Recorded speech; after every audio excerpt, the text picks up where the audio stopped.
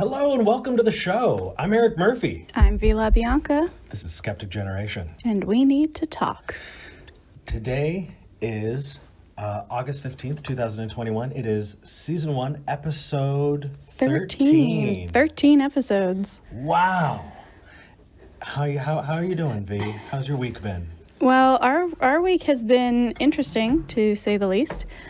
Yeah, it really has been. So I took time to go to a wedding, and that was really nice. But speaking of weddings, yeah. should I show them? Yes. Why did you pull this up for me? Oh, I just was making sure my mic was going. Okay. V proposed. I did indeed. Took me absolutely by surprise, and it was wonderful. It was a late birthday / housewarming party, and V decided to toast and to propose, and I said yes. So Yeah. we're engaged. We are engaged. There's a ring and everything. Yeah, and yours is going to be here the next day or two. Yeah. It'll be good. Yeah. We're going out of town again in like 2 days for another wedding, and we'll be on the East Coast for a couple of days, but we will be back by next Sunday, so same time, same place. Absolutely.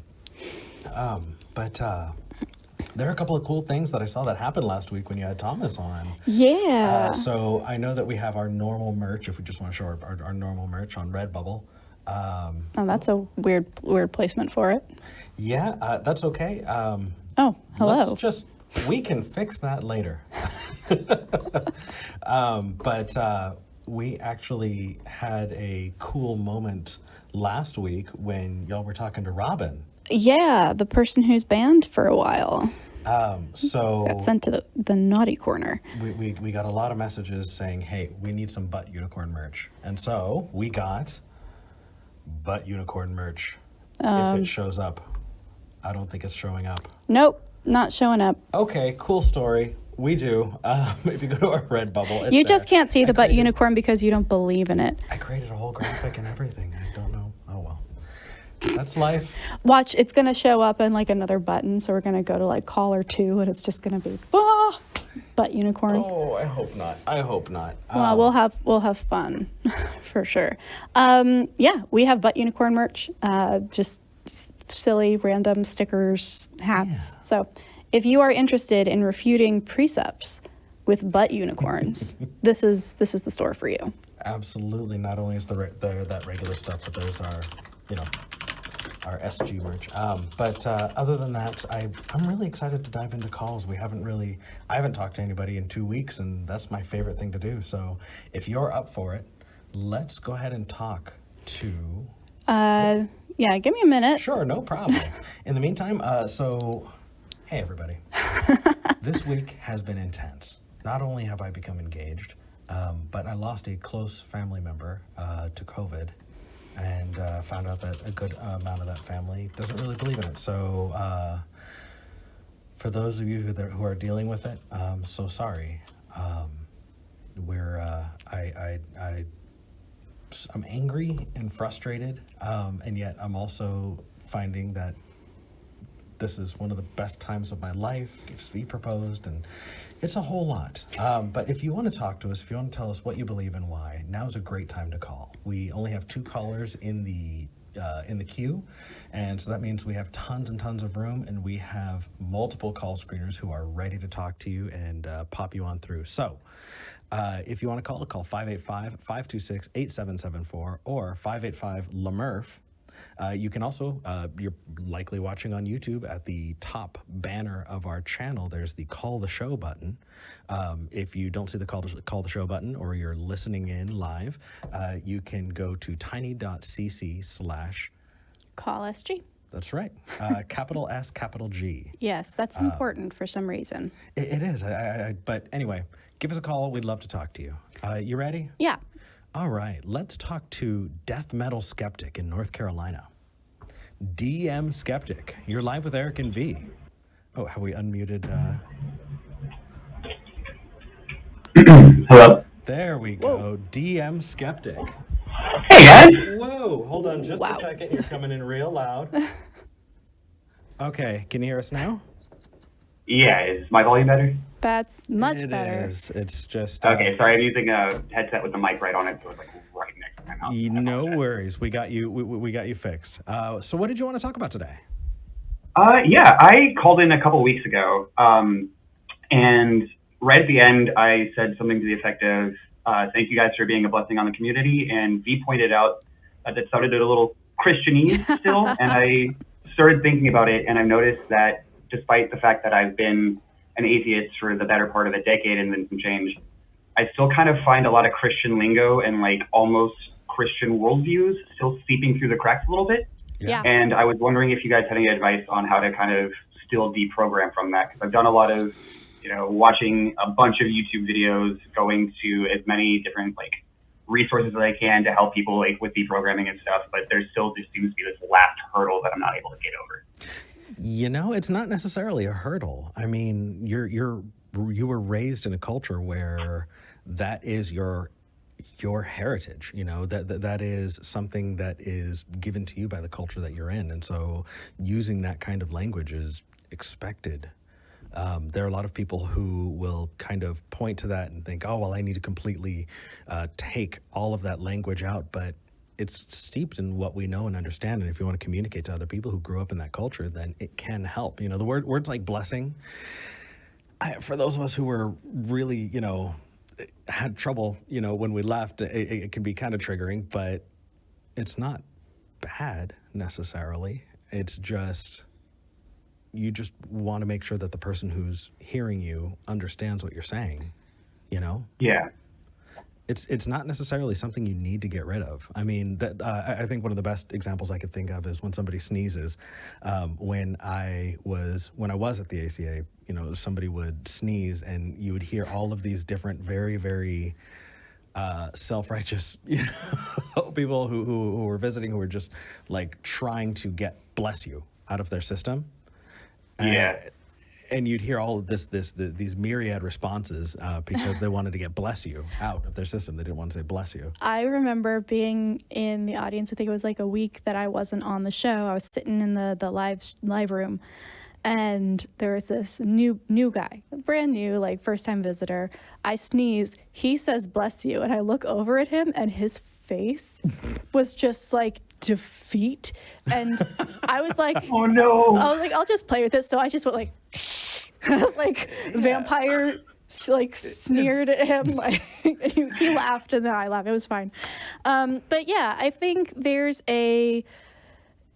are good things to focus on and not as important things. I find it very funny when I see other people who grew up in these areas using the same language and maybe hanging on to some phrases, because I do the same thing, right? Like when I see lots of exciting, love in the chat, I'm like, oh, they're loving on whatever, the caller or on us. I was like, oh, love on is definitely only used in Christian circles.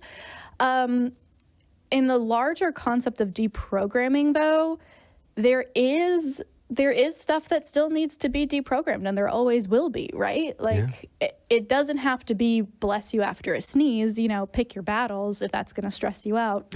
No one's going to blame you for saying "bless you." But things like gender expectations and sexual shame and repression and guilt, that get ground into you. Those are other things that probably we would recommend working on that deprogramming, because you don't deserve to feel ashamed of your body. You don't deserve to feel guilty for having sexual wants and needs, and for those things to bring you joy in your life.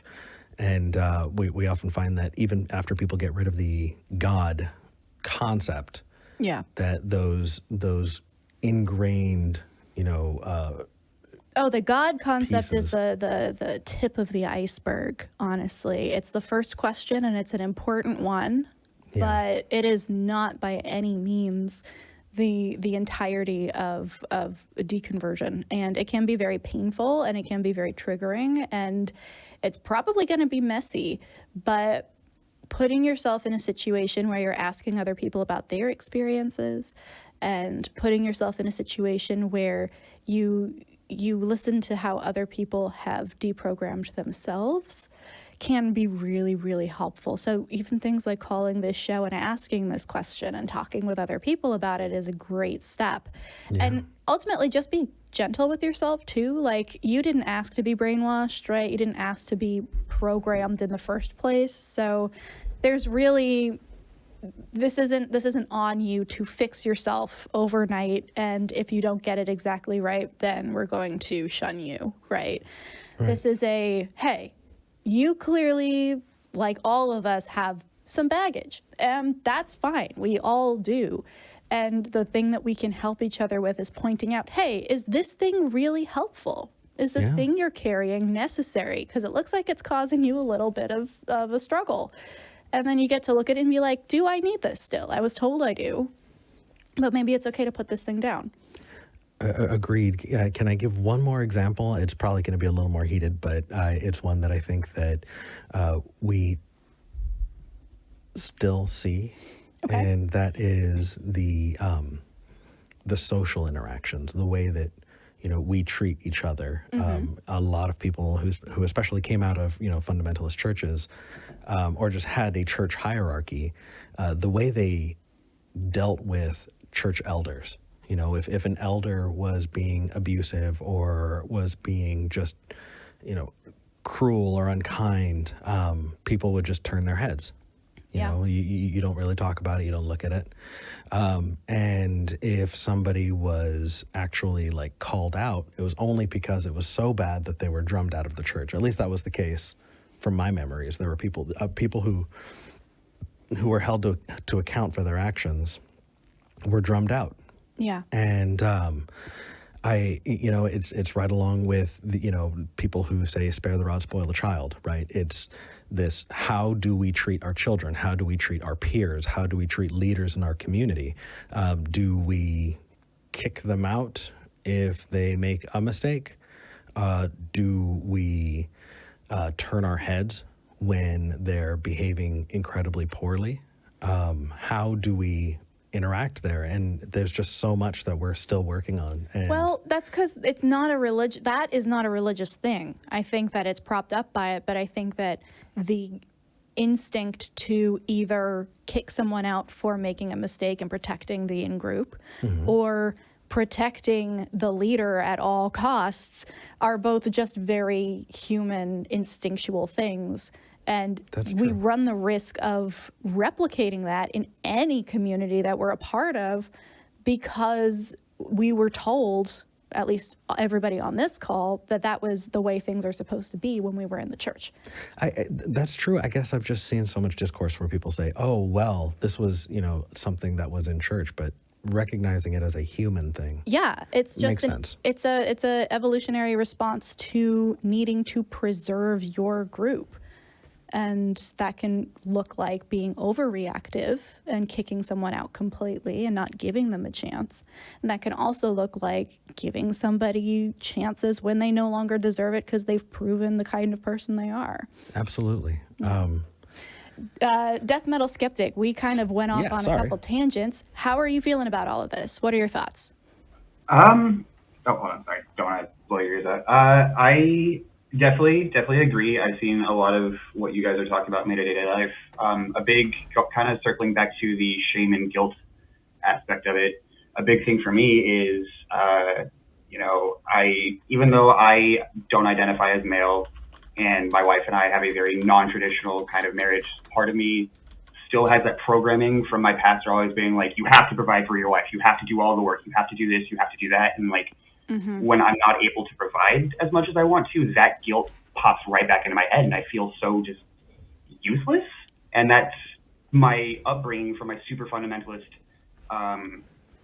family, bringing that sort of gender expectation into my life. And as much as I've done to get away from that, that still pops in my head all the time. Oh, yeah. Yeah. I literally had a dream last night where I was in a very kind of like Amish style dress, like very like cover up, long sleeves, like long skirt, sweater over it.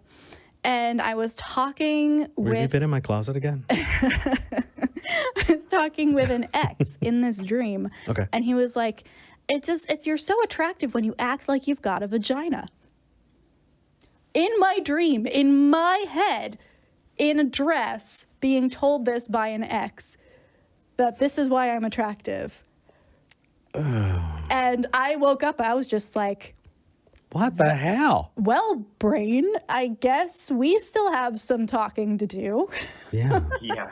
So, like, yeah, it is hardcore. And it's not just, again, I don't want to pin all of this on one boogeyman, right? Religion is a huge cause of it, but we are also living in a society that has unconsciously absorbed a lot of these same messages. So it's not just the church. You can get out of that and still be steeped in it. It really does require a completely different look at relationships and your own body and how you exist in the world. And it's not supported by mainstream culture either. So you are definitely fighting an uphill battle here. It's not difficult because it's you. It's difficult because the rest of the world just isn't really interested in supporting you here. Yeah. Damn. Yeah, dude. So give yourself some credit. Be compassionate to yourself, because it takes a lifetime. I've definitely met people who are in their 70s and 80s who are still working on deprogramming those things.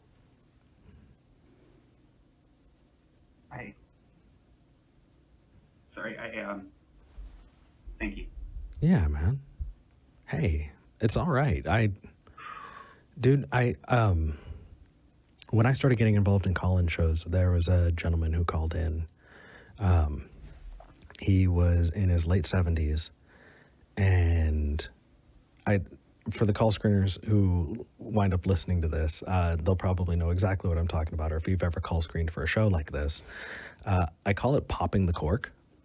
You know, when you have somebody who's never spoken to another atheist before, and so it's just like, oh my gosh, I need to let out all of this pent up stuff that I wanted to talk about. And there's this man who was in his late 70s who, for the first time in his life, talked to another atheist that he knew of, you know, and he, in his 70s, came out as gay. Because the church that he was raised in, right, the community that he was in, kept him away from being able to explore meaningful relationships that he would have wanted to have. And he cried and said, I missed the chance to have a life and to find someone to love because of this. Mm-hmm.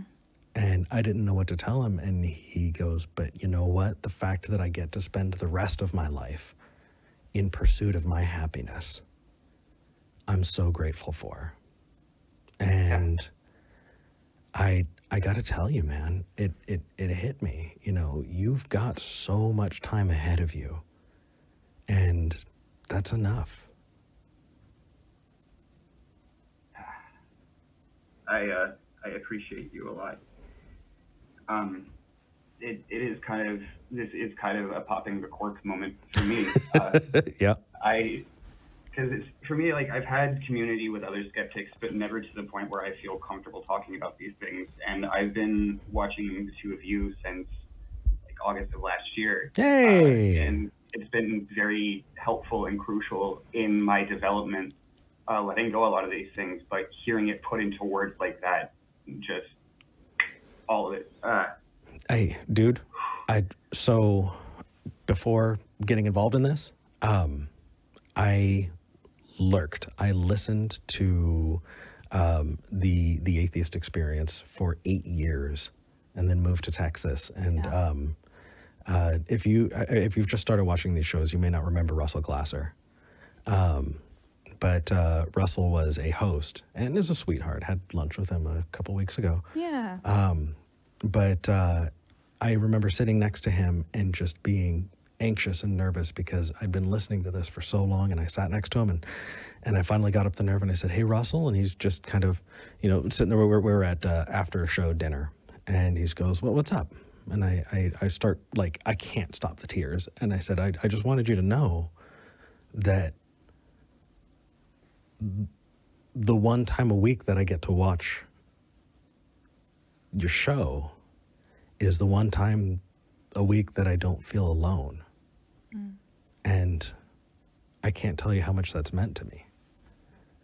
And he just like stared at me like, what do I say? You know, where do I go with that?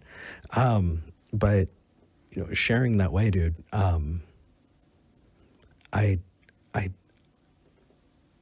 I can only rely on my own experience, and I've had an experience like that, and it's one of the most important reasons why we do this, because you're not alone. Yeah. And we don't want you to feel alone.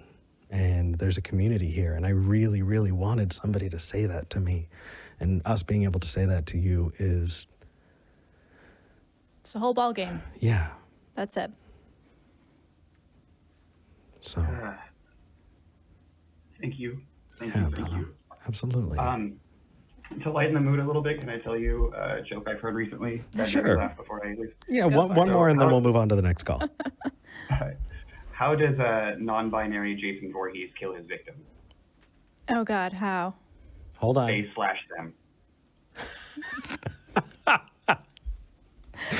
I love that so much. I like it. I like it. I saw it on TikTok, and it's been making me howl for days. I'm kind of trying to build androgynous Jason Voorhees in my head now, and he's adorable. Or they're adorable. Anyway, Oh my gosh. DM Skeptic, thank you for calling in, man.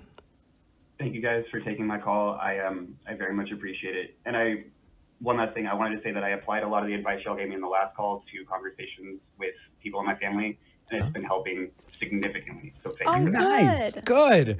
Good. If people try our advice and it's horrible, we just have to put up that disclaimer again. We are just two assholes on the internet, and we're talking about what has worked for us. So super glad it's worked for you, man.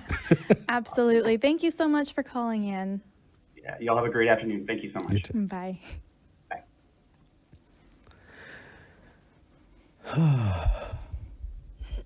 Wow.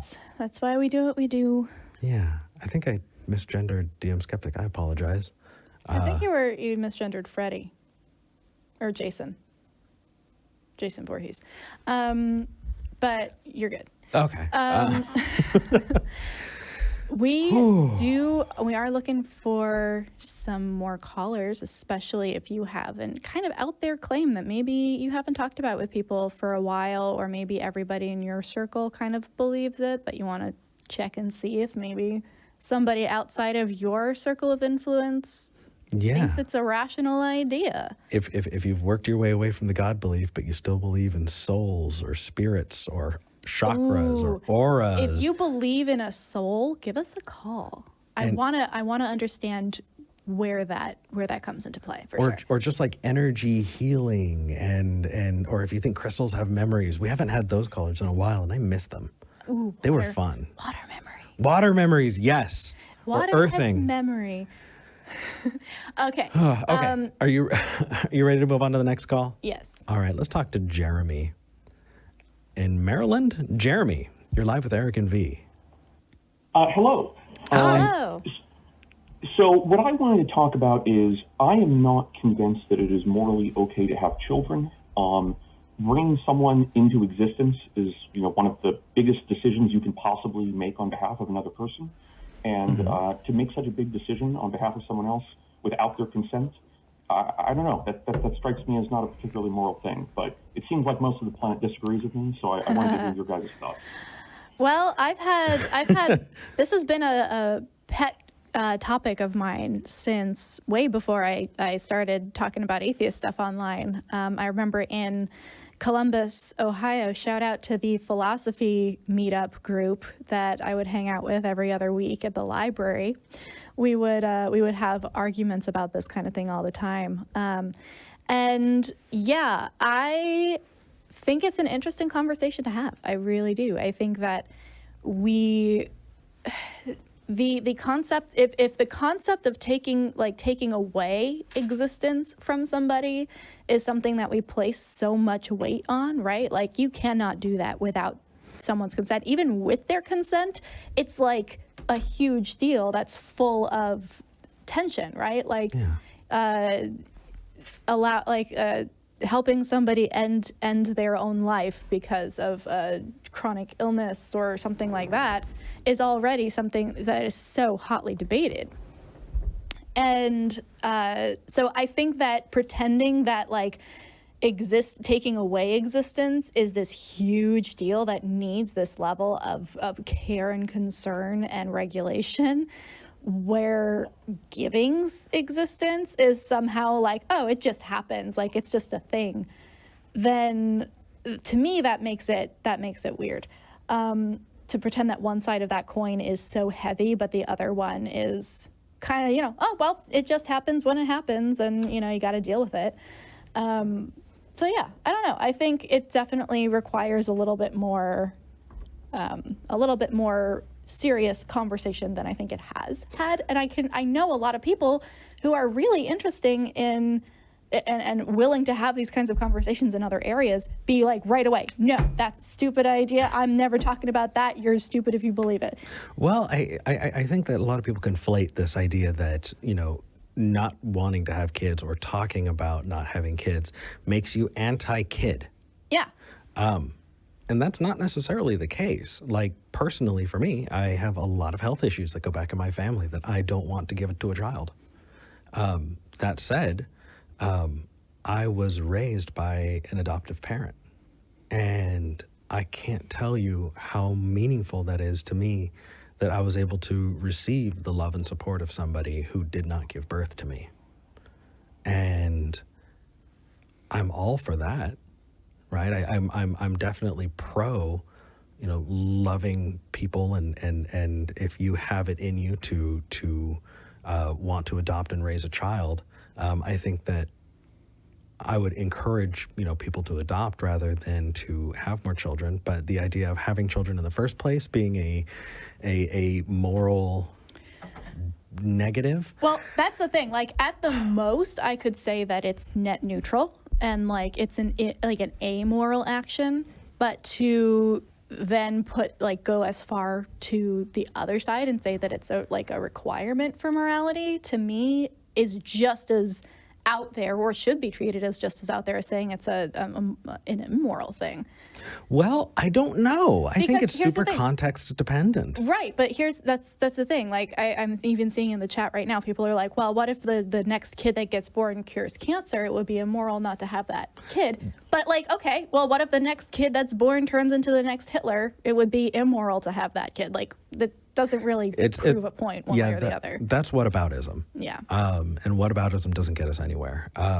If you are talking about the individual, right, if bringing a life into existence that's capable of suffering is something that you feel is immoral, because not just capable of suffering, guaranteed to be uncomfortable and or suffer for most of its life. I mean, it's understandable. That said, I don't think that is something that I would want to push onto others as much as I would want to just say about myself, it's not something I would legislate, and it's not something that I would, by no means. It's not something I would judge someone for. One of our dearest friends just had the most adorable friggin' baby, and we love that baby, and we don't think there's anything immoral about that. It's just if we were to take a specific moral philosophical concept of requiring consent to its farthest conclusion, which is, again, what philosophy likes to do a lot of the time, right? Mm-hmm. Like skepticism, we say we're skeptics. If you take skepticism to its like farthest conclusion, you get solipsism, right? We're not advocating for that, even though we agree with skepticism as a general concept. So in the same way, if we take the philosophy of consent to its farthest implication and its most out there result, it would be, I think, consistent to say that it would be immoral to cause someone to exist without their consent. But again, that is philosophy being pushed into these fun, far-reaching, maybe not very practical applications. So on the one hand, absolutely agree with you, honestly. If we were to do that and go down that path, philosophically, it would make sense. Does that mean that that's how we should actually run things? I don't think so. Yeah, I don't know. I in my brain, I wind up just shifting over to, you should adopt, but that's not a response to the question. So, yeah. What are your thoughts, Jeremy? I mean, I do like the comparison to, say, ending someone's existence, just because those are the two, in my opinion, those are the two biggest things you can do. You can cause someone to exist, or you can end someone's existence. You cannot possibly affect another person more than that. So given that, you don't have to like philosophically take this to any kind of extreme to say that you would be opposed to ending someone's existence without their consent. I don't know. It kind of seems to me bringing someone into existence also doesn't require a big extreme, but that's it a would really clearly be good bad point for as well. society if everyone stopped having children. So I'm not advocating that everyone stop having children. Yeah. Right. Or bear the philosophical guilt of having a kid. Just do your best to mitigate the suffering that they could have by giving them a life full of care and love and attention and support, and encourage them to do the same.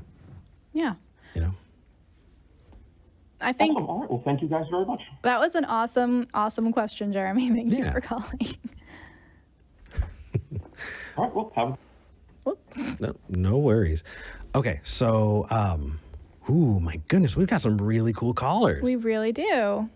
I think I want to talk to Cindy in Missouri. Oh, throw me a curveball. Okay. I'm totally, is that the one you didn't? Okay, while we prep up for Cindy. Yeah.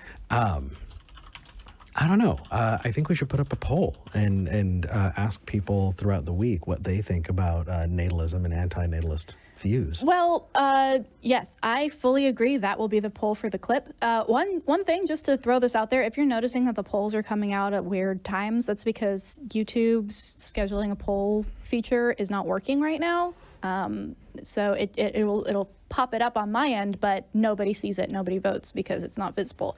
So I have to go in and manually add them, which is fine. But if they're a little bit sporadic until YouTube works that bug out, then we're trying our best. Right. But yeah, I absolutely would be interested to hear what you guys think about that particular issue, because it can spur that, oh, I don't know if we're supposed to talk about this, or have that thought, because it attacks, again, one of those fundamental emotional principles of we must procreate. Like, that's a thing we have to do to survive. It's funny. I find that when that kind of conversation happens in person, the anti-natalist winds up getting really, really, really awkward. And so maybe it's best that we do have these conversations online so you can have them fleshed out at least. Before you make that initial call. Yeah. Yeah. Well, that's what we're here for, so we're glad you called. All right, Cindy in Missouri. You are live with Eric and V. Hi, Cindy. Oh, first of all, I just want to say congratulations. Thank you. To you too. And I've been watching the show pretty much since the first time it came out, and I really appreciate your insights. Thank you. Thank you. Well, and what I've been struggling with is that growing up, I was in the Christian church and went, with my grandmas and things like that. Got baptized and then went away from the church for a while as an older teen, young in my 20s. Got married, and then we started going to more of like a Church of God of Prophecy. Ooh, okay. Speaking in tongues and Holy Spirit. And, getting slain in the Spirit. Lot of that. Yeah. Yeah. Oh, yeah. man. And I really felt like a lot of joy going, through that process. Sure. Unfortunately, I started going because this is my ex-husband. He said, well, you might go to hell, but my children and I are going. So I was like, oh, well, I better go to church. Yeah. So it started off weird. Mm-hmm. But Yeah. I met a lot of good people. During that time, I my brother and his girlfriend went to prison, and they had 2 kids. So we started raising those 2 children along with our 2 children, and we had people bringing us clothes, food, beds, you know, like, and just amazing outpouring of love, like you were saying earlier, loved on. Yeah. You know, and now that I'm questioning, you know, it's hard to discount all of that happened when, you know, those people were strongly influenced, like, I think in a positive way to help members, you know, but then I've also seen the other side, because my niece that I raised, she is non-binary, and then my daughter has said that she's bisexual, and then so, like, they've had some struggles, you know, when we were going to church that I didn't even realize was going on at the time. Yeah. So, you know, I saw both sides, and now that I'm on the other side, like, questioning, trying to figure out what to do, like, how do you keep those things positive, but move on and say, you know, like, the power behind it wasn't necessarily real. Yeah. Oh man, that is a big one. I've got a whole spiel, but if you want to go first, V, you go right ahead. I think we probably have the same spiel. Yeah, go for it. The thing that I would say is I heard 2 very different things just now from you, Cindy. And on the one hand, I heard, well, you might want to go to hell, but my kids and I are going to be going to church. And you joined because you felt pressured, either because you actually believed in a hell and were scared of that, or because you felt like you were going to lose the ability to spend this time and this importance with the rest of your family, right? Mm-hmm. And then on the other side, you have this awesome community of people banding together and helping in a time of need, in a time of crisis. So for me, I say we put both of those on the table and say, maybe this is just what humans do, right? And it doesn't lose any power one way or the other if there isn't an actual divine reason or a supernatural push behind it.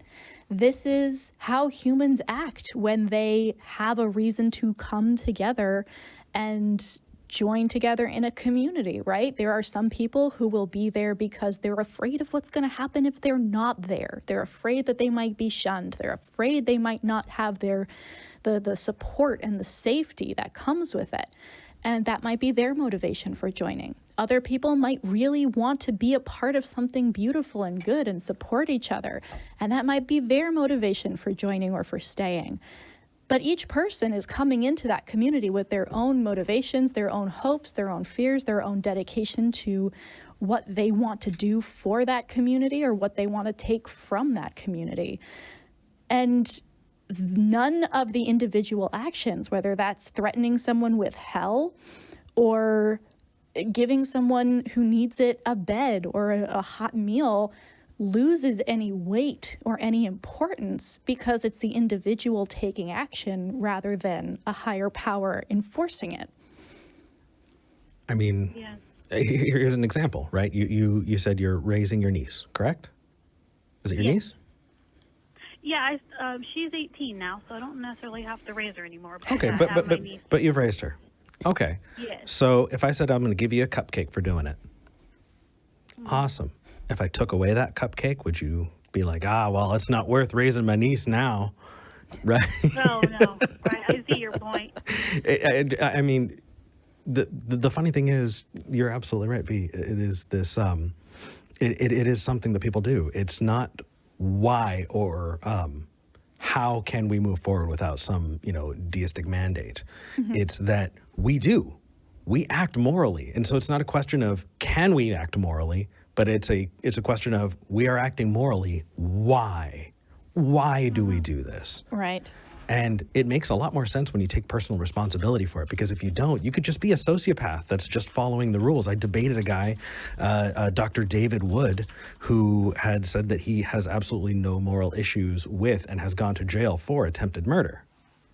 And the only thing that's stopping him from, those violent tendencies is a religious mandate that he doesn't. That's terrifying.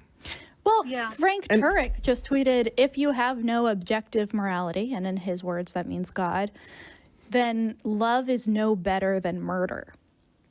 But and you have to wonder, is like, okay, are you saying that you mentally equate love and murder on the same level? Is that? But of course not. Of course not. That's not Right. what they mean. We behave this way because we're a social species, because we evolved to be this way, because we were raised to take care of each other and to be empathetic. Those things are ingrained in us, and so don't take away all of the good. Don't discount all of the good that you experienced. Yeah. Just know that religion doesn't have a stranglehold on it. That religion is not the only place where you can find community. That's the problem. Right. That's what I'm finding now more is like now that I'm finding more communities, even just like your call-in show here, like there are people out there that don't have to be driven by a higher power in order to act morally. And honestly, I would say that in a good way. Yeah. Absolutely. Honestly, I would say that most of the people that went to the church that I went to went because they were a part of a community. Mm-hmm. Not everybody had super strong views about the Bible. Those people became church elders, but not everybody was a church elder. A lot of people just went because that's where they found community. We just need to create other spaces for people to be able to find that community, because we often find that in religious environments, dogmatically, people are kicked out, people are discriminated against, and so we just need to create other options for them. But it is absolutely acceptable to appreciate and internalize that, hey, you know what? You belonged to a community that supported you, and you did a lot of good and you saw a lot of good done. That's awesome. Just think that if you leave your faith, or if you're, I think it says you're questioning in the notes, or you're kind of in a gray space. Is that right? Right. Yes. No matter where you wind up, Cindy, you have the capacity to be a kind, loving, giving, empathetic person. And who you show that compassion to, do you think they're going to care why you did it? Or are they going to care that you did it? And that's like my drive between all the jobs that I've had. Like, I've worked with people with severe disabilities, and I work with people that are jobless. And my drive behind that is getting them to a better place, not necessarily because I had a higher power behind me, right, but because you want to see people reach their goals in life. And that's my thing. I love to watch people get to that point where they have a home and a job, or they've been able to feed themselves, even whenever it was with the kids with disabilities. Yeah, that's wonderful. And I guess that's what I had a hard time with whenever I first started getting out onto the other side, is like now what's driving me, so to speak, and so it makes me feel better when when I see communities like yours and the other atheist communities is saying, it's like you can have this from your core being. You don't necessarily need some push from somewhere else. And even if there was a push, I don't think that would be enough to incentivize you towards or away from it. Whether or not I give you a cupcake doesn't impact how you feel about yourself as a person when you do good in the world. Right. Right. Mm-hmm. So just don't think that you need to abandon compassion if you leave your religion. I definitely want to keep going forward with that. The good news is you can. And that's my thing. I definitely want to do that. It's just And I also feel bad on the back end that if I were to tell people that I'm questioning, or that that I found some things out that make what they believe in not factual anymore. Mm-hmm. Are they gonna then think that I didn't appreciate what they did for me? They might. That's not fair either. Yeah. But here's the thing, you can't take that on. You can't reach into a person's head and make them think a thing about you. And and you also have to contend with this. So I've had people, and I'm not saying you're saying this, but it's similar enough that I want to kind of discourage you away from the line of thinking that takes you to. There are people who would call in before, people I've spoken to before, who said, "Hey, Eric, why can't Joe believe in his religion? I mean, he's not going to get it. And even if he does, it's just going to hurt him. And, why upset his life if you don't have to?" And I think that carries an implicit assumption that Joe's just too dumb to get it. And so you're not even going to give him the opportunity. And that's not fair. I see what you're saying. That's not fair to Joe. It's not fair to somebody to remove the choice from them because you don't think they can handle it. Yeah. That's kind of creating this weird nanny type situation where you are, withholding from somebody because you view them as somehow inferior. And let me tell you, I met a lot of dumb atheists. I'm one of them. It's not about intelligence, and it's not even about EQ. You don't need to have to look for that before you feel comfortable talking to somebody, and you don't have to withhold from them because they deserve better. But we've been on this call for a little bit. Cindy, hopefully this was helpful. Yes, absolutely, because it made me see a lot about I am intrinsically an enabler or codependent, so I have to be careful with putting my ideas on other people. So yeah, you just said something that really helped me a lot. Thank you. I from somebody else who has codependency issues, it sucks. Keep up the fight. You're doing great. Thank you guys so much. Absolutely. And if you do come back with other questions, if you start having these conversations with people and they start saying things that set off new questions in your mind, come back and ask us more questions. We'd love to talk to you again. Yeah. Oh, definitely. And I'll be watching. Awesome. Sounds good. Thanks so much, Cindy. Thank you. Bye. I got to tell you, we get atheists that call in, we get theists that call in, but the idea that you would be questioning and you'd be in that gray area and you would still want to reach out and talk to people while you're still figuring things out, that takes a level of bravery and just courage that is unbelievable. I mean, we have people who are calling in who are on both sides of the religious aisle. I'm really excited about a couple of them. A lot of them are really entrenched, right? This is what I believe. This is why. But to be in that gray space and go, you know what? I just want to search. I just want to learn. Yeah. Good on you. That takes an amazing level of bravery, and you should be proud of it. Anyway. Absolutely. I'll get off my soapbox for now. If you want to make Eric's day, just call in with a really genuine question that might just influence your future and let him talk to you for a little bit. Please do. And if you want to ask us questions, but you don't want to call in, we do have a super chat function. So if you're interested in having us read out a question or a comment or even a suggestion for a sign off at the end of the episode, we do that at the end of every episode. So feel free to drop in a couple bucks with a question and we will make sure to get to it. Yeah. I'm not, we just got engaged. I'd love to read out a couple of congratulations. All right. Are we ready to talk to Andy? Yeah, I figured you want to talk to Andy. Oh, totally. This is my Jammy Jams. Andy. Yeah. In Texas. You're live with Eric and V. How are you doing today? Hey, I'm doing good, guys. How about you? Doing well. You have a classic argument for the existence of God, and I'm excited about it. So do you want to present what you would like to talk about? Sure, yeah. Okay. I'm basically just coming at you guys with the, I guess, the contingency argument as it would be presented by William Lane Craig. Okay. I'm sure you guys have, had your research on this. So I mean, Absolutely. It's basically it's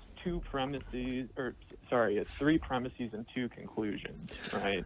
Well, why don't you present them, and then afterwards, there's the William Lane Craig's, analysis, conceptual analysis of it that he derives a lot of information from. But let's start from the beginning. Could you, for the people who are watching who haven't heard the argument from contingency, would you give us the contingency argument? Yeah, sure. Cool. So the first premise would be everything that exists has an explanation for its existence in itself or in something outside of itself. Okay. The second premise would be the universe does not have an explanation for its existence in itself. So the first conclusion would be, therefore, the universe has an explanation for its existence outside of itself. Now, the third premise that would follow from that would be any explanation outside of the universe is God. This is presumably like the most problematic premise that I would be presenting. And then the second conclusion would be, therefore, God exists. Right. And that last one defines that God into existence. And I'm sure you wouldn't argue with that.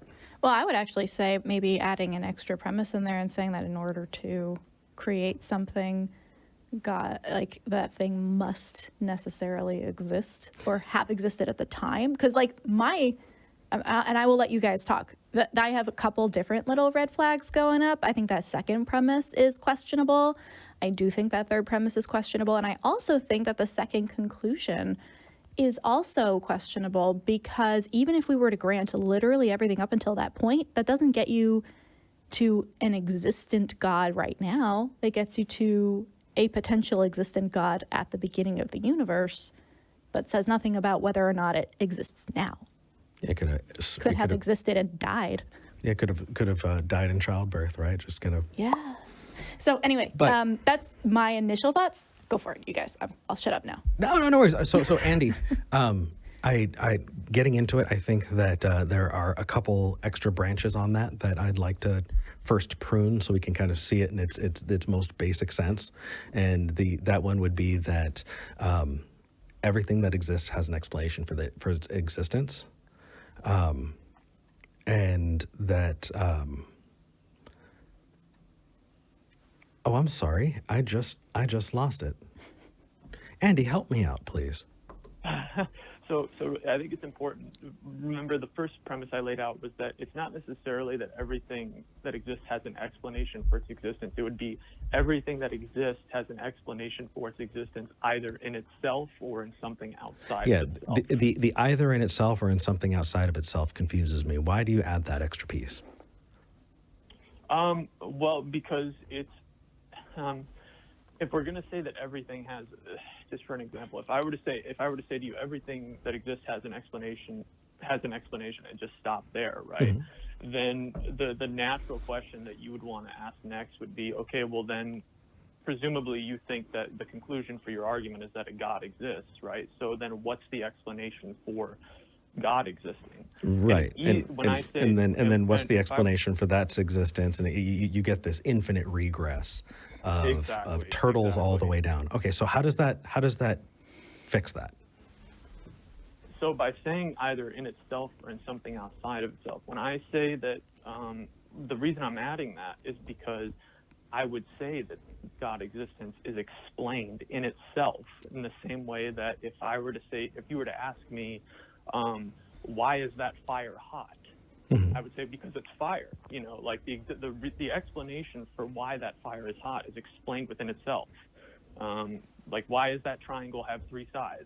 Well, it's just that's the nature of the triangle. Its explanation is explained within itself, and it's the same. We would be applying that to God, right? We would say that God, because God is a necessary being, the explanation for God's existence is explained within itself. Well, let's take that and pop that on the shelf, because that's my favorite piece. That's the cherry on the cake, and let's make sure that we've got this kind of. We're looking at this. So Bertrand Russell looked at this when it comes to kind of a set theory, And so if you were to kind of abstract this a little bit and you looked at the set of all things, right? And you have the set that is the explanation for all things. Would you say that is that God concept, right? That set of all things?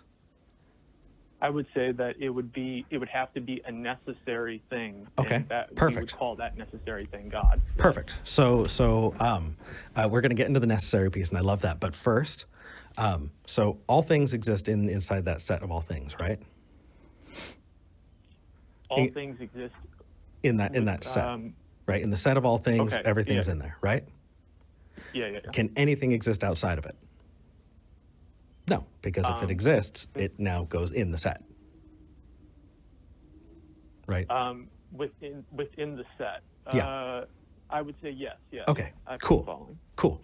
So if we're looking at all sets, right, like all real numbers, all rational numbers, all of those are just sets in that big set of all things, correct? Each individual set is part of a collective set, you're saying? Yes, and each individual set is contained within that biggest one. Yeah, I follow. Okay. What about the set of things that don't contain themselves? The set of things that don't contain themselves. Could you give an example? Sure. So if I were to say, here's the set of all things, but if it contains itself, it can't go in the set of all things that don't contain themselves. So God.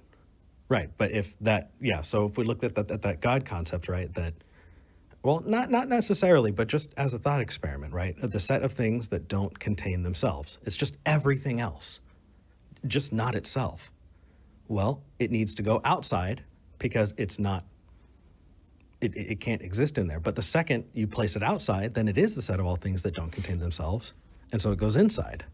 It's a paradox. It's called Russell's paradox. And I think that it helps explain that may seem like a really great line of reasoning, but there are problems there because I don't think that is necessarily true. I don't think that is something that can exist. I think that you have paradoxes there which show that there's fuzzy reasoning there. And so I would encourage you to check out Russell's paradox. And really, funnily enough, the response has been, okay, the set of all things that aren't paradoxes. Okay, well, good job. Can I ask a question? Yeah, to your show too. Andy, can you repeat that first premise for me again, please? Yeah. So premise one would just be everything that exists has an explanation for its existence, either in itself or in something outside of itself. Okay. What are some examples of things that have an explanation for their existence inside itself? Not attributes, right? So like a triangle has three sides. Well, that's necessary because it's a triangle, but that doesn't talk about the triangle's existence, right? So can you give me an example that is not God, because we're using this example to prove God, so that would be circular. Something whose existence is contained within itself, or the explanation for its existence is contained in itself. What is an example of that? Well, the reason why I use God is because, and keep in mind, originally I said a necessary thing, a necessary being. That would have to be something that is explained within itself. Otherwise, it would fall prey to, whatever you want to call it, the infinite boxcar effect, where you're having to go back and back and back and back, an infinite regress, whatever it is. So I guess for the purposes of this argument, I would just say something that is a necessary being. You could argue, people have argued that it's the universe. You could say like the universe is a necessary thing. I just happen to say I would call it God. Okay, but here's my issue with that. I want to take the universe off the table as well, because what we're trying to discover here is whether or not God or the universe has an explanation for its existence within itself or without itself, right? So we don't want to use either of those, because if we say, well, the universe exists of itself, and I can prove that because the universe exists of itself, right? That's circular. In the same way, God exists within as the explanation for his own existence, because God exists as the explanation for his own existence is also circular. So I want to take both God and the universe off the table. The first premise, I got you. Right, the first premise is that there are things that exist explained outside of themselves. The explanation is without them. And then there are some things that exist as the explanation for their own existence. And outside of God and the universe, because we're trying to prove those things, we can't use them as examples. Can you give me an example of something whose existence is explained within itself? Because you're making the claim that those things exist.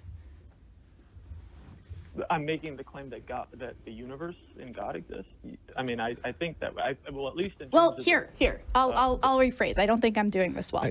May I try really quick just to help? One sec. I'm going to give it one more shot, and if it still doesn't land, then you can go for it. You're proposing two boxes, right? You're proposing the box in that first premise. There are things for which the explanation lies without them, right? So contingent things. And then you're putting this other box here, necessary things, right? Things whose existence is explained within itself. Non-contingent. So you're giving me these two boxes and saying there are things in both of these boxes. We just have to figure out where to put the universe and where to put God. Does God belong in this box or that box? Or does the universe belong in this box or that box? So we're not talking about the things we're putting in the boxes right now. We're talking about the boxes. Can you give me an example of something else in the box that is explained by its own existence? A non-contingent thing. Sure. I mean, I would have to think about it off the top of my head. I'd have to think about it more, but off the top of my head, I guess my first instinct would be to go to something like a mathematical formula, maybe something like pi. Sure. Let's go with pi. Pi is a concept, not a thing. So pi doesn't work. When you say pi is a concept, do you mean that pi is just something that's created by like our minds, our brains? So what we're talking about is that there's actually a Latin word for it, and it is the it's one of my favorite ones. Confusing the map for the place. What was somebody in the live chat help me? What's the Latin word for that? Anyway, I'll explain it. So when you're talking about things, we can separate those out, right? You have physical, tangible objects. You have you existing in the world, me existing in the world, and then you have concepts. Those concepts can be verbs, right? To jump. Right, you can jump, but you can't isolate the word jump and say, I'm going to take you to jump, and you can see jump just in the abstract, right? It's used to describe an action, right? You have adjectives, right? You're taking these characteristics that are used to describe things, and you're trying to isolate them and say that they exist in some kind of ethereal, plane, but they only exist in that they're describing things. So my example of that is we're looking at pi, right? You want to use pi. Cool. You can show me that concept borne out. You can get me to pi on paper, but you can't take me to pi physically, right? I can show you a map of Middle Earth, and I can say, here is Mordor. I cannot take you to Mordor because it is a concept that exists in our heads, right? It is something outside of ourselves.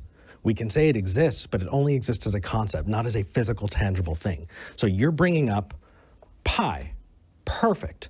I think that actually fits the God idea. The God concept, I'm not saying it doesn't exist. I agree that it is a storybook. I agree that it is fiction like any other fiction. What I want to know is if it exists in this real world. And so if you're going to give me an example of something that exists in that same way, I wouldn't use a non-existing example like pi or mathematics. I would try and find something else. I would agree that we should be like demarcating here between something like, because I'm following what you're saying, and I agree that we should like be demarcating something between like a concept and then like a physical thing, right? The pen that's in front of me now. Sure. But remember, the first premise of my argument doesn't have that demarcated line between a concept and like a physical thing. It simply is that everything that exists has an explanation. And you would agree, I'm presuming, that you would agree that something like the concept of pi, it does exist, whether it's in your mind, whether it's on a piece of paper that you draw down, right? Would you agree with that? Yeah, it's just that pi is useful, right? Other people can get there because it's accurately describing something, which is why I don't need to necessarily explain pi to assume that at some point somebody else would be able to figure it out for themselves. It's just useful. It's accurately describing a thing. So would you be comfortable saying that your God proposal, this necessary being, exists in the same way that pi exists, as maybe a useful concept or a descriptor of something else, but not as a concrete physical object? Well, for the purpose of this art, because I'm giving like a deductive logical argument, I would have to say within the construct or confines of this argument, yes, because it's not going to get you to a metaphysical necessity, right? This conclusion, it's not like at the end of it, I'm going to be able to show you. It's just a logical conclusion. So I would say yes, and it's a concept in a way. So can a concept cause something physical to occur? A concept itself cannot. I would say no. So then, no. in this argument, the God that you are describing, a conceptual God, could not cause a physical universe. I would say no, but the metaphysical God that would be parallel to this concept could. It sounds like you're using metaphysics as an existing thing and not as a concept, and I'm confused. Why? Can you take me to the metaphysics? Can we meet up at the metaphysics and go in and explore it? Well, because I think in a sense we can use metaphysics as like a concrete, like if I were to tell you that, I mean, I'm sitting at my desk right now, but if I were to tell you that like the desk that I'm sitting at in my 72-degree room in the middle of Texas is actually made out of a block of ice and has always been made out of a block of ice, right? Like you would say we could say that's a metaphysical impossibility that's describing something in the real world. Okay. Right? Okay, perfect. So we're in this realm of describing things. That's cool. You keep saying necessary. And here's the thing. We are like 17 minutes into this call, and I really would love, Andy, for you to call back and talk to us about necessary, because you've said that a God is necessary over and over and over and over again. And I'm sure you would probably imagine we don't agree with you. Yeah. And so I really would love to dive into that necessary piece, because we spent a lot of time now on that general argument, but that's not why you called in. You called in to talk about William Lane Craig's analysis of it. And we want to give that time because I think it is a useful, fun, exciting, dynamic conversation. Would you please call back so that we could have it? Yeah, absolutely, guys. Yeah? Absolutely. Awesome. I really enjoy talking with you, Andy. You are awesome and respectful, and we have this awesome conversation and this back and forth. And I can tell you've put a lot of thought into this as well, which is great. So just so that the people at home who want to do homework ahead of this so that they can follow along and so that we're not springing this on you. Yeah. When you're using the word necessary, you're talking about modal logic. And so when you call in, I'm going to push you on the word necessary, because the way William Lane Craig uses it in the example that you're calling about relies on modal logic. So I don't want to spring it on you. I want you to take your time and really understand it as clearly as you can so we can duke it out next week. All right, fair enough, guys. And by the way, congratulations on your engagement. Thank you. You take care, Andy. Yeah, take care, guys. Bye. Bye. All right. So we have about 20 minutes left, and I would love to split that up into the two theist callers that we've got today. Okay. We do have a couple of other callers on the line as well, and thank you guys so much for calling in. Please call back next week. Yeah, Mike and Silas? Yes. Please give us a call next week. We'd love to talk to you. Mike, in particular, my heart goes out to you. You have some wonderful things to say, and I can't wait for you to get airtime. Because, gosh, that just pulls my heartstrings. Yeah. But in the meantime, we've got an anonymous caller, and we have Native Ginger 13. Who do you want to talk to? Native Ginger 13, hold on to your hat. I do want to talk to you, but let's go with Anonymous first. Okay. All right. Anonymous, are you there? Yes, I'm here. Hey. Wonderful. So I don't think Anonymous is your given name. No, No? Okay. no. That would have been a really cool given name. Like if your parents were just like, I name him Anonymous. I feel like that'd be mean, you know? That'd be really mean. Like naming your Anonymous. kid It'd be Null. tough in kindergarten, wouldn't it? Yeah, a little bit. Yeah. What's your question for us? I just like to hear different people's perspective and stuff. Sure. And so I wanted to hear what, in like an atheist perspective, on the word sin would be. Ooh. Great question. Can you give us your perspective just so that we can have something to contrast it to? Okay, well, if it's using the general setting, I don't really necessarily see it as a Christian or even a theist term. I just see it as like a bad thing. I mean, if I was a church or a mosque or whatever, then I would see it as a theist. Then I would see it as having theist men. But if I'm just like, for example, like at the playground or something, and somebody uses the word sin, I don't really see it as necessarily having a theist man. I just see it as you've done something bad. Okay. And I wonder if you had the same perspective. Colloquially, yes. In practice and in my understanding of it, not in the slightest. So if you were to say, oh, that felt sinful, I would get that you're trying to communicate that you feel guilty about something that you did, or you think that somebody did something bad. Understood. And I think communicating that way, perfect. But that's word games. Let's talk about what sin is. When it comes to sin, what I learned was that sin was something that comes from the Bible. It comes from Genesis, the book of Genesis, when Adam and Eve partake of the fruit of the knowledge of good and evil and bring sin into the world. Sin, in that way, is treated like a curse. It's something that has generationally followed, that every child is born with, and that is something that kind of stains your existence, so that when you die and people think that they go to heaven, that sin would prevent them from going to heaven. And so sin like that is very clearly laid out in the Bible. Now, if I were to try and define it for Christians, I'd be talking at them. And so I usually wait until they give their definition so we can meet them where they're at. But if you were to ask, my perspective on sin, I think it's very clearly lined out in the Old Testament. I think that there were ways to clean yourself of sin, which is lined out in Leviticus, that in the New Testament, Christian tradition has kind of stated that the sacrifice of Jesus, oh, we lost you. That's a bummer. Weird. Was what kind of, absolved you of that sin. And so that's the way that I would imagine until somebody gave it as a different, as some kind of different definition. What do you think, Bea? Yeah. We're so sorry we lost you, Anonymous. It dropped out. But thank you so much for the question. So for me, I remember the very first time I was dating somebody who had been raised secular, and I mentioned sin, and he was like, what is that? What is sin?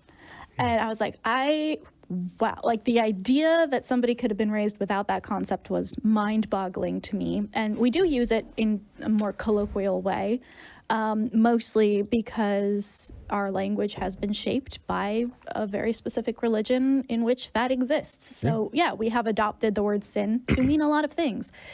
For me, I don't find use in the word anymore as an atheist, but I do see the use of using it when you're trying to communicate a very specific thing. So I would say that if I were pressed as an atheist to identify an actual sin, it would be something like what we are doing to the climate right now as humans. I would be like, that I think warrants enough of an oomph to be like, this is a sin against nature, against the climate, against the thing that we are surviving on.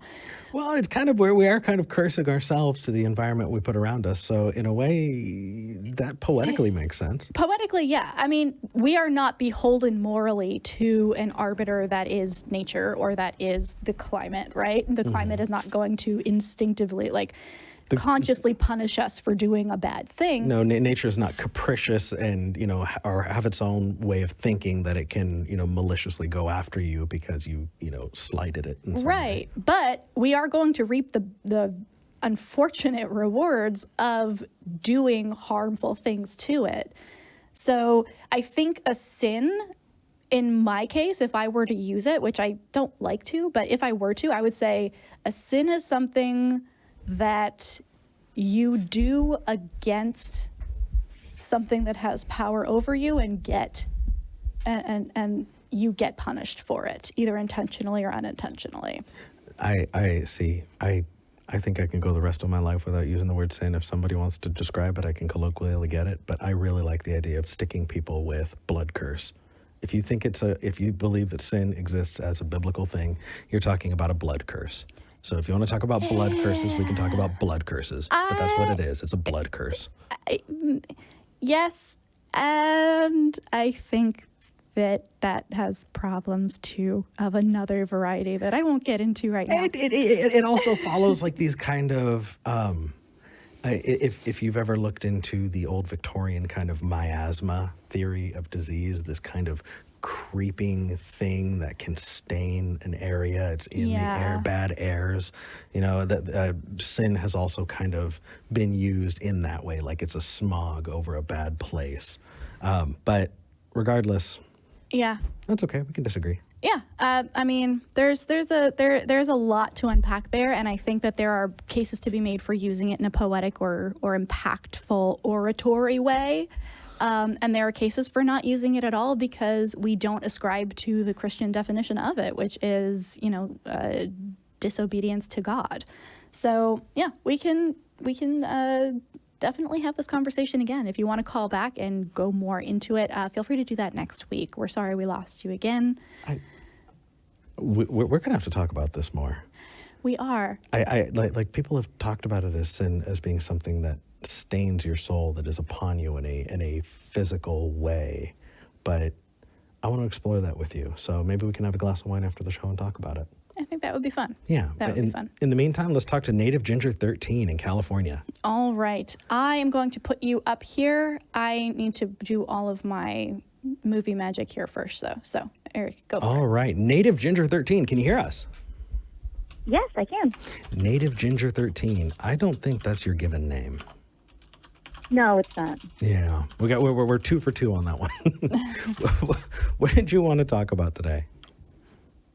So I am calling in as a response to a challenge that was issued on Twitter by the tag @DishonestApe.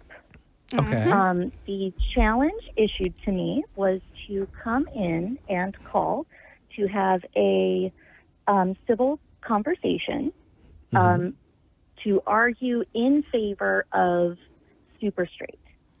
And that if I were able to do that, they would donate $50 to the charity of my choice. Okay. Well, I understand, having listened, that this is not a topic that you guys typically cover. That is okay. I am trans, and I have talked a lot about this, so we are good. Okay, really quick. I'm gonna ref before we ring the bell. Can we define what is a super straight? Yes, that was going to be my first question. Okay. Native Ginger 13, what's a super straight? Okay then, ding ding, go ahead. Okay, so a super straight is a person who is only interested or attracted to a person who is biologically and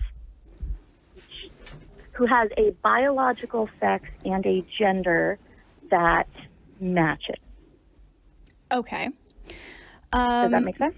That is a clear explanation. Thank you for that. My next question, I could go one of several ways here. I think that I'm going to go the more charitable route because it sounds like you are interested in having a really good conversation here. We are going to be coming up on time soon, but I want to get into this. Oh, we can spend extra time. I'm okay with that. How do you determine your attraction to somebody? At what point in a relationship do you decide that you're attracted to a person? Or does it even need to be a relationship? I don't know that there necessarily needs to be a relationship because there are multiple levels of attraction. In terms, I think that prior to a relationship forming, when given a hypothetical situation of just coming across somebody, that you are primarily looking at physical attraction. Okay. In other situations where it may have been somebody that you have known for a while that you are developing a romantic attraction to, then there are other elements other than physical attractiveness. But often the case that is presented in these arguments is well, you've just met this person, you're going on a date with them. And so I think that there's multiple levels of attractiveness that can be taken into account. Okay, that makes sense. So let's say you've met a person, you find them initially physically attractive, and you're going on a first date with them. Okay. At what point do you determine their biology? Like when You in would that determine their biology.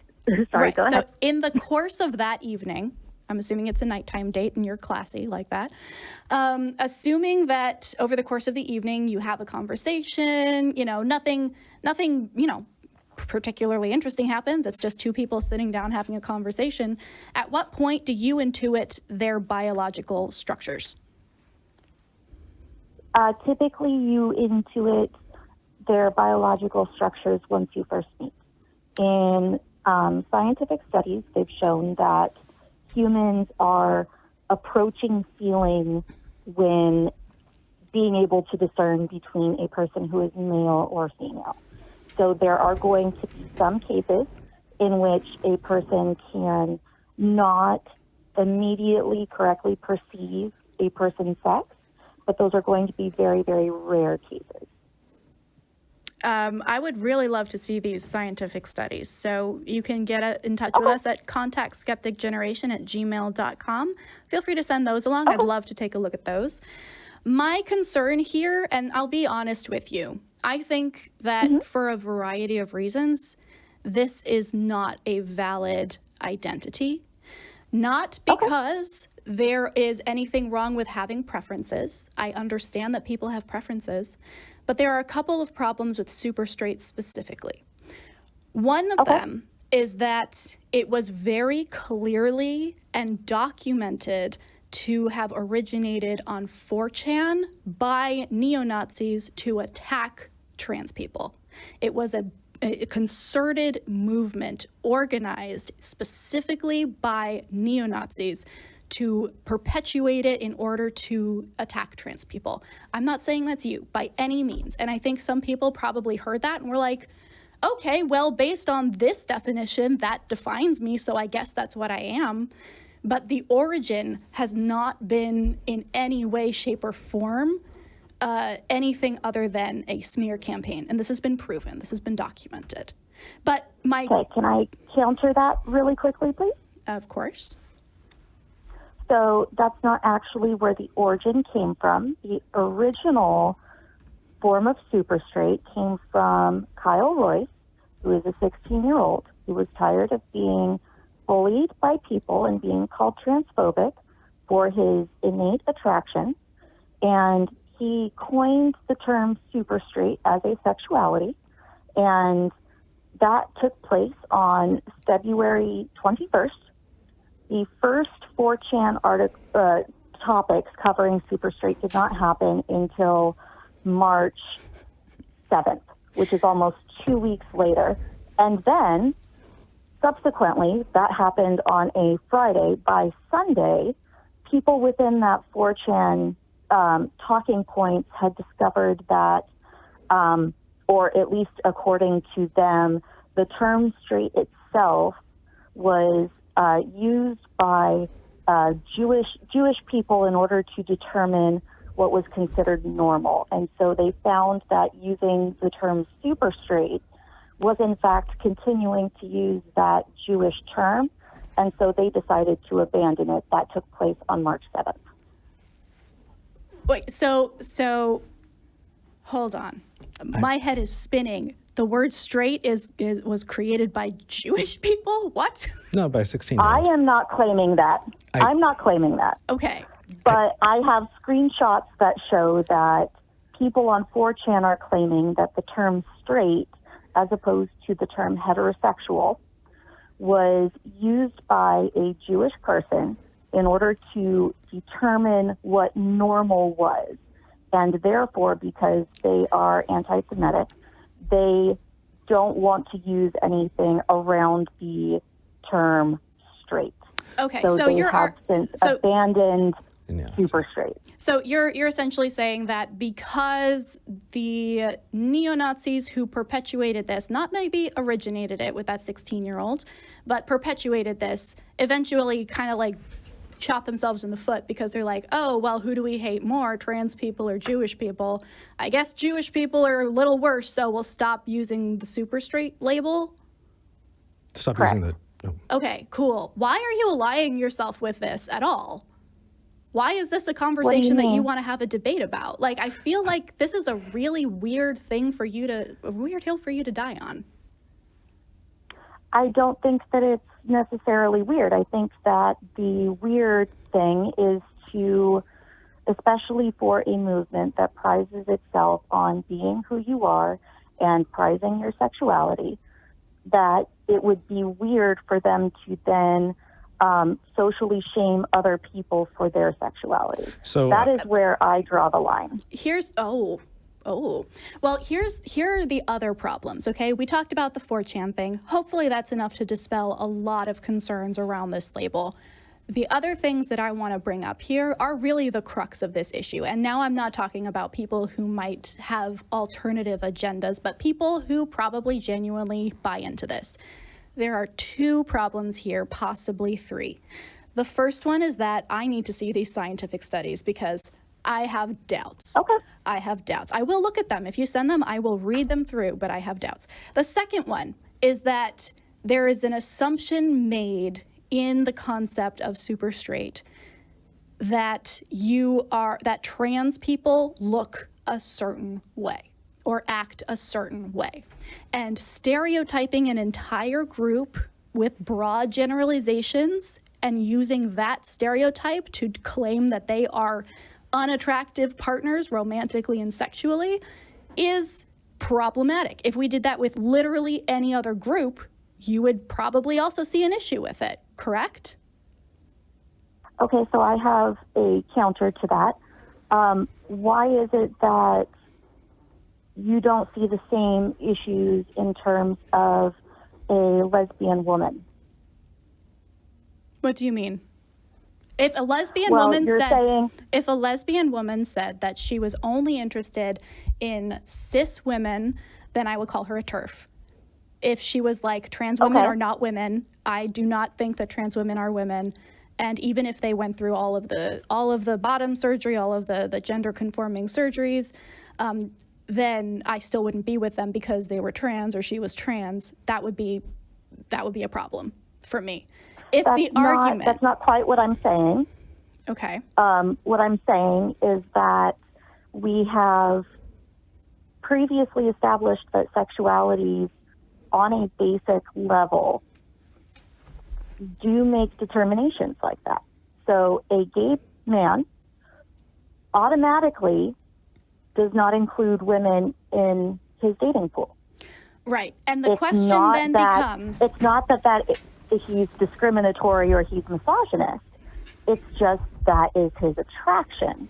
And we make that based off of the idea of gender. Well, I have been told based on the idea of gender. So the only difference here being that we are determining this based off of sex. So a straight person, a straight woman, would then only be attracted to males who have a gender of man. Okay. So here's the problem that I think we're running into. Another one is that we are kind of vacillating between two different definitions, and all of these definitions are morphing, right?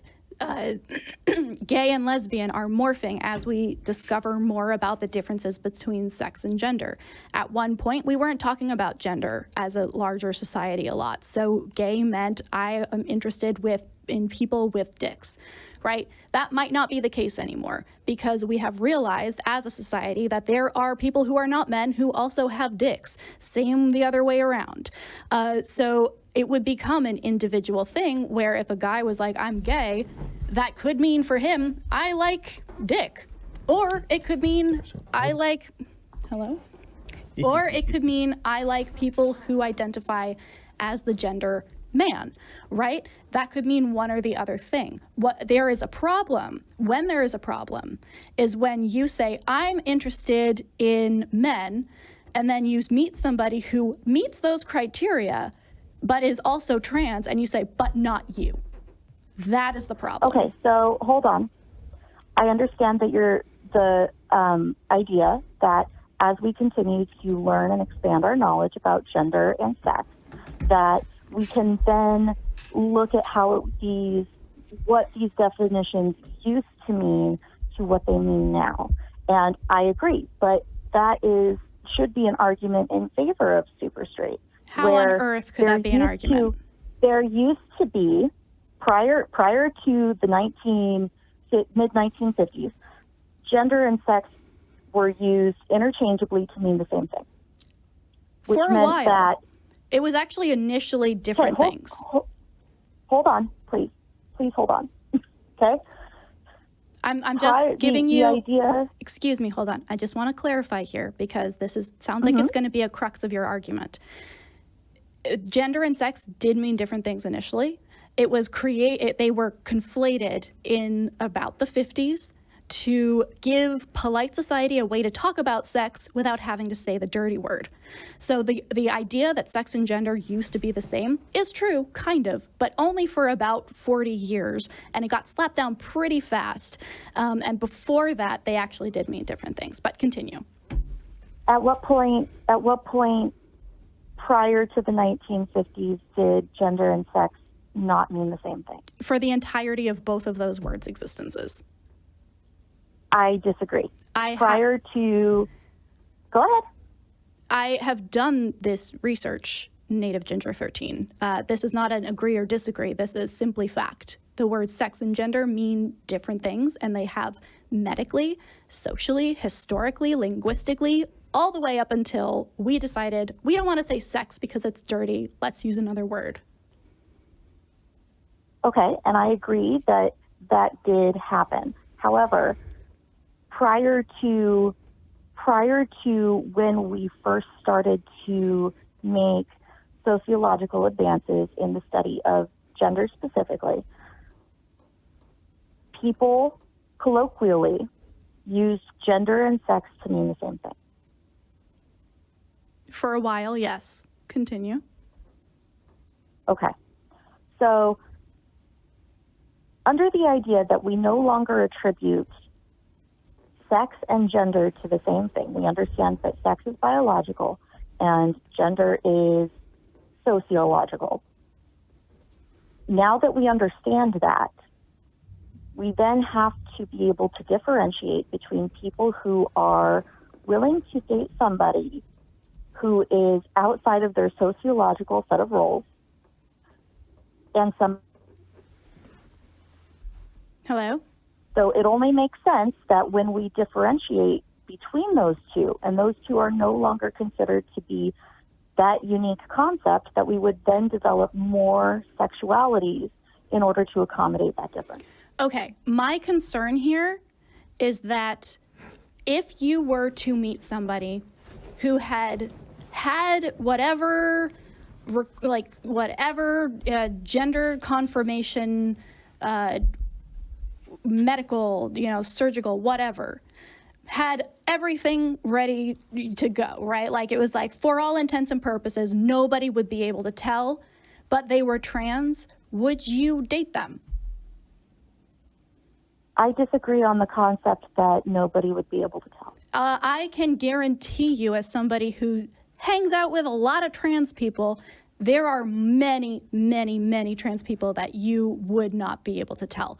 So let's take that off the table, because that is objectively not accurate, and ask you, hypothetically, if you couldn't tell and they were trans, would you date them?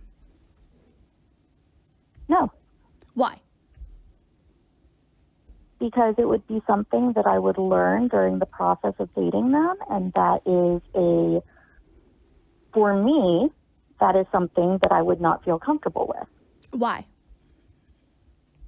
Because I don't feel comfortable with two major things. I don't feel comfortable with the mix of sexual characteristics, so I prefer only male sexual characteristics. But I also do not feel comfortable with major body modification. So you wouldn't date someone with a nose job or who dyed their hair? I said major body modification. Circumcised. Circumcised. That's a good one. You wouldn't date a cut guy? I don't think that that's a major body modification. I think a lot of people would disagree with that one. So okay, you are saying here. Let me clarify then. What you are saying. And we have to wrap this up because we're 6 minutes over time. But what I'm hearing from you, and maybe this is you needing to maybe do a little thinking and presenting this in a different way, is even if you personally, aesthetically, romantically, physically couldn't tell that somebody was trans, you still wouldn't date them on the fact that it made you uncomfortable, and that is the problem with super straight ideology. That is the issue right there. Okay, so here's an issue. Why is it that I must ignore the things that make me uncomfortable? Okay, may I? Yes, go for it. Sure. Hello. Can I respond to that? Yes, please. Okay, cool. Tell me about this bullying. Where are you being made to ignore your sexual attraction? Who's doing that to you? Because I think we need to call them out. Who's doing it? Currently, there are a number of trans people when I have these arguments that insist that I am transphobic, insist that I am... No. Those are responses to you saying, who's making you ignore? Like, is somebody saying, hey, when you're going on a date, you cannot look at people's physical characteristics. I'm talking about first physically in this real world. Who's bullying you into that? Who's bullying you into this ideology you don't agree with? Does it necessarily have to happen to me in order for it to be a valid point? No, go ahead. Tell me about the teenager, the 16-year-old, because honestly, it doesn't matter where it started, right? We can look at the Nazi scientists that developed the rocket technology that got us to the moon, and we can't say that we didn't go to the moon because Nazis were involved. So, cool. Where's the bullying that you're using to prop up this? Like, where is it? So, first, if we want to look at the original source, what would happen is this kid would be asked, well, would you date a trans woman? And they said no. Okay. And so they called him transphobic. Okay. Do you... I think that is... Go ahead. Got it. Right. So I've spent a lot of time being bullied, and I've got to tell you, if somebody's asking my opinion on a thing and then being upset at my response, then that's just what happens when you disagree with somebody, right? Mm-hmm. Being bullied can be very different. Being bullied people don't necessarily ask you, well, what's your view on X, right? Societally, if you're a bigot and people treat you like a bigot, you're not being bullied. You're just getting the what happens societally when you engage in something that group around you isn't willing to engage with or isn't willing to accept. That is just a social consequence. Bullying is getting the crap beaten out of me by a skateboard, with the trucks of a skateboard for being brown. They didn't ask me if I thought I was brown, right? I think you're conflating the idea of this kid getting asked a thing, saying his response, and then being judged based on that response. I've seen Republicans and Democrats screaming at each other because of what they disagree on. They're not bullying each other. I think you are conflating what bullying is. When you're talking about, a social expectation that you have to adhere to, I think what that's doing is, please tell me if I'm wrong, but I think it's a victim complex. I think it's this idea of persecution, and I see it often, especially in the trans debate, in these discussions, and the fact that it's being brought up as a debate is wild to me. But as trans people have been pushing for more acceptance in society, and I'm just contextualizing here, right? You see things like these bathroom bells coming up, and it's getting brought up in these weird ways, and people are saying, well, I'm getting pushed out, right? Jordan Peterson said that the PC police were going to force him to use pronouns he didn't disagree with, and he was being so persecuted. And I just think that's horseshit. Can you give me an example of bullying, or just define bullying in a way that's different from partisan ideology that can help us here? Because if it's just a political, disagreement on something, I don't think that's bullying. Okay, so I said a lot. Go ahead. Here is where I find this to be a problematic issue. We have agreed that people have preferences. We have agreed that those preferences are okay. People are allowed to have preferences. People are allowed to have preferences. That doesn't mean that they're justified preferences. There is a really big problem where, for a very long time, U.S. propaganda painted Asian men as not masculine, not attractive, not worthy sexual or romantic partners in order to attack that group. And there is a common assumption now outside of that propaganda that exists because it's stuck. And yeah, sure, if you don't want to date an Asian dude, I'm not going to sit and make you do that. Of course not. What I'm saying is that examine that feeling and see if there is a reason for it that is beyond you having absorbed a societal assumption that may have been started maliciously. I'm not Native Ginger. I am not telling you need to date trans people. I don't think trans people would want to date you, frankly. But the problem is that you are saying, well, it's just a preference, without doing that next level of introspection as to why is that a preference? Why is that a preference? And is that a valid preference? Is that a preference that you are taking into other areas of your life, like voting, like being in a bathroom with somebody, like having friends, and excluding trans people from those other areas, or pushing via votes, via just what you say online, pushing things that actively are harming a community. You don't have to date a trans person. No one. Let me say this really. I'm going to do a little co-host zoom up here. Yes. No one is telling you need to date a trans person. No one is saying that. Nobody. Okay. Moving back. Is somebody telling you have to date a trans person? Hold on, I want to go back to something that you brought up. They, them. Yes, which is that I do have trans friends. I don't hate trans people. This is literally for me. This is a matter of my innate attraction. I don't you think previously that asked. You previously asked what it is that I did not find attractive in trans people, and I mentioned major body modifications. Now, I wanted to be able to describe that, but I was talked over. So, well, we are also, for instance, if a person Native just Ginger has a nose job, then I don't mind. Why? If a person why is it different? Only has What about what somebody? Do you mean, why is it different? What about somebody, a cis woman? Are you going to let me please explain what I mean by major body modification? Then how can we have a civil discussion? Because it's 15 minutes over time, and I'm trying to wrap this up. Here is my concern. It's you seem to think that you have an innate sense, and you're not you're not looking at that innate sense in a critical way. You are not looking at why you think a nose job or a boob reduction in a cis woman or circumcision are not major modifications, but top surgery is, or bottom surgery is, or hormones are. You know how many cis women are on hormones? A lot of them, probably most of them. Okay, so the reason that you seem to be grasping at this idea without doing any amount of introspection, and frankly, don't date trans people. Spare them, please. Just go date somebody else. That's fine. We will not mourn the fact that we don't get to date you. All right, I'm dropping the call.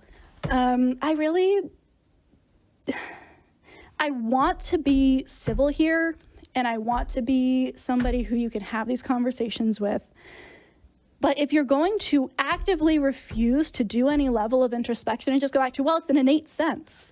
So A, it's not. But B, even if it was innate, that doesn't mean that it's right or that you should just go with it. I don't think she was saying that it was an innate sense. Yeah, she said that we can innately sense whether or not someone is actually male or female. Right. And then you pushed them on it, and they said, well, once I found out, then I wouldn't be attracted. I thought that was the concession there, was that, okay, maybe it's not innate. So it's innate unless, you just found out and it wasn't innate. And even if you did find out and it wasn't the innate feeling, then you still wouldn't, because it makes you uncomfortable, because certain kinds of surgeries are considered major and others aren't. I mean, honestly, I could care less about people's sexual preferences. Same. But when you are actively adopting a label perpetuated by neo-Nazis to hurt trans people, why would you call in and defend that? I got to push back that I understand the neo-Nazi part is horrible, but I wouldn't point to that to invalidate it. I'd instead point at the bullshit it's being used for instead of its origin. So I agree, I just wouldn't use the neo-Nazi origins part. I would say it sounds like what is the purpose? You know what I mean? Because it's a terrible purpose. And I think that in and of itself is enough to go, hey, you know what? Let's slap this down. Here's the deal. If Native Ginger 13 had called in and said, I don't want to date a trans person, am I a bad person? I would say, no, don't date a trans person. Go find the preference that you like. Bye. And that would have been the end of the conversation. If Native Ginger 13 calls in and says, I am a super straight, and I am using my innate sense of who is biologically male and female to determine whether or not someone is worth me dating them, or if I would be uncomfortable, then I would say, hey, A, you are using a label that has been perpetuated by neo-Nazis and used specifically for the purpose of harming trans people, with the ultimate goal, get this, of attacking all LGBTQ plus people. Trans people are not an island. When these people come after trans people, the goal, the stated actual goal, is to ultimately use that normalization to then go and attack gay people and lesbian people and bisexual people. You're right. And then ultimately cis women, okay? This is their in. And if you go around mindlessly saying, well, I'm a super straight, do your fucking research. Jesus. Okay. I'm all about that. Okay. I didn't mean to demean that in any way. You're absolutely right, and what it's being used for is terrible. You're right. Okay. I'm done now. This is the second week in a row where the last call just like, ugh. But I'm very excited by this. Yeah. This is nice. V's getting mad. I Angry promise V. I'm not always mad. It's just when you come at me with obvious bullshit and dishonesty, then I'm not okay with it. And all right. while we're still on this clip, before we move on to super chats, I do gotta say that, oh well, they're just angry, and somehow being angry invalidates you. I would challenge somebody to, instead of taking a lazy shortcut and say, oh well, V was angry, instead argue about whether or not they're justifiably angry, because I think there's good damn reason to be angry sometimes. And when people are, like you said, holding up these taglines that are being used to smuggle in bigotry and just horrible behavior. I don't fucking care. I don't fucking care whether or not you honestly are attracted to trans people or not. That is a you thing, and that is fine. And I only want to date people that are attracted to me. So we probably wouldn't be a good match. Yeah. But if you were to tell me, hey, V, this term that you are using is actually a really terrible term used specifically to appropriate and attack a culture, I would say, oh, geez, I'm going to change that term. I'm going to find another term that describes me because I don't want to be party to that. I wouldn't call into a show and argue on behalf of it because, oh, it's not bad though, because they dropped it when they realized that Jewish people made up the word straight. What the fuck? Yeah, I don't understand that at all. Okay, let's read some super chats. Okay. All right. This is your show. You're the host this week. Go for it. I love you. I love you too. I'm going to marry you. You aren't going to marry me. All right. So many emotions all at once, you guys. This is a lot. So we had a lot of amazing super chats. People are saying congrats on our engagement. So we're going to start with Christopher Myers saying that his $5 donation is a butt unicorn tithe. Nice. So thank you for your butt unicorn tithe. Nice. Heavy Pizza says delusion is the Christian way, along with cognitive dissonance. I would say that cognitive dissonance is definitely a component of my Christianity and my experience and in the Christianities that I experience of other people. I feel like delusion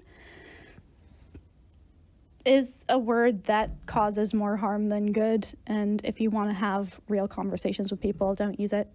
But that's just me.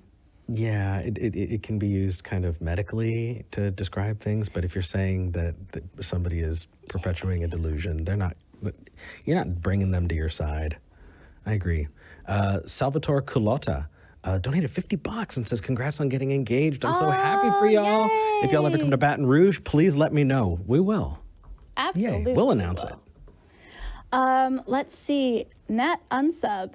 £5 says, congratulations, V and Eric, on the engagement. So excited for you both. Church wedding is out of the question, I bet. Yeah. Yeah, probably. No offense. It's just not our thing. Don't bully me and make me get a church wedding.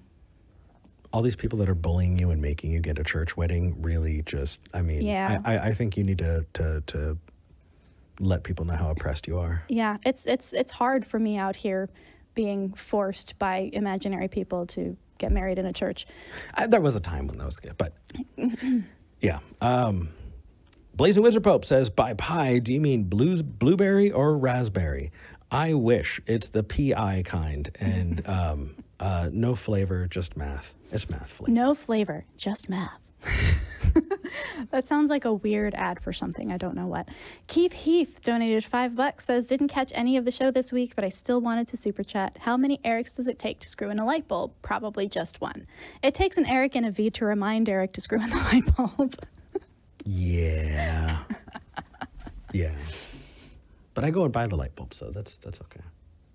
We do it together. I'm pretty happy. I'm pretty happy with our arrangement. It works out. Yeah.